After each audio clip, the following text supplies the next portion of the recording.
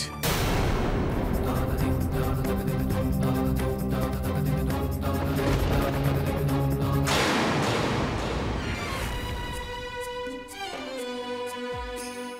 জবা, উত্তর দাও।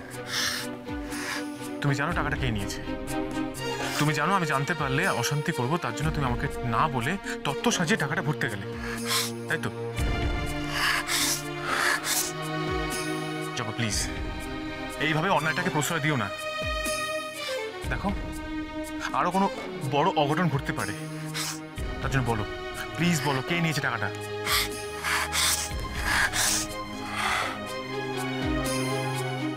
জবা, আমাকে উত্তর দাও, উত্তর দাও বলছি, টাকাটা কে নিয়েছে?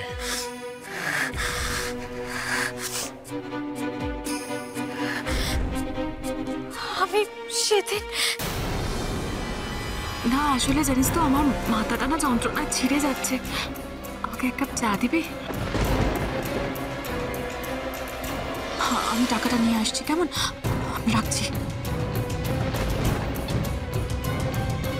তুমি একটা কাজ করো, তুমি 2000 টাকার মতো দাও।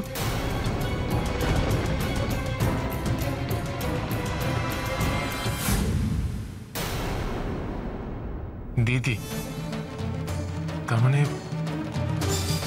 টাকাটা দিদি চুরি করেছে?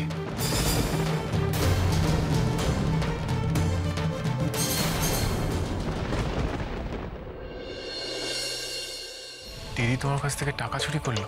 তুমি ঠিক জানো? তুমি যদি আগে বলতে।